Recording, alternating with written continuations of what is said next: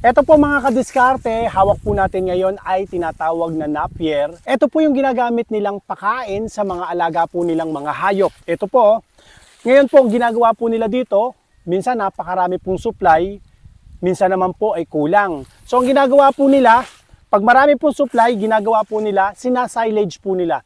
Ang silage po, napakaganda po niyan sa katawan po ng baka.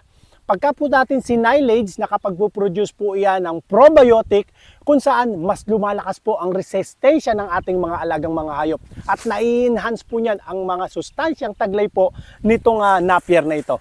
Pakita ko po sa inyo kung paano pong durugin itong Napier para mas lalo po nating pakinabangan para sa ating pong mga alagang mga hayop. Gamit po ang ating pong shredder machine.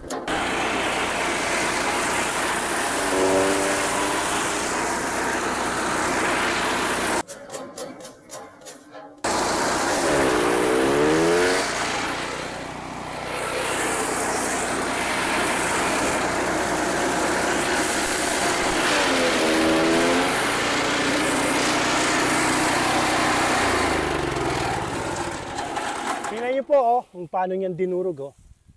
Uy, okay. Yan.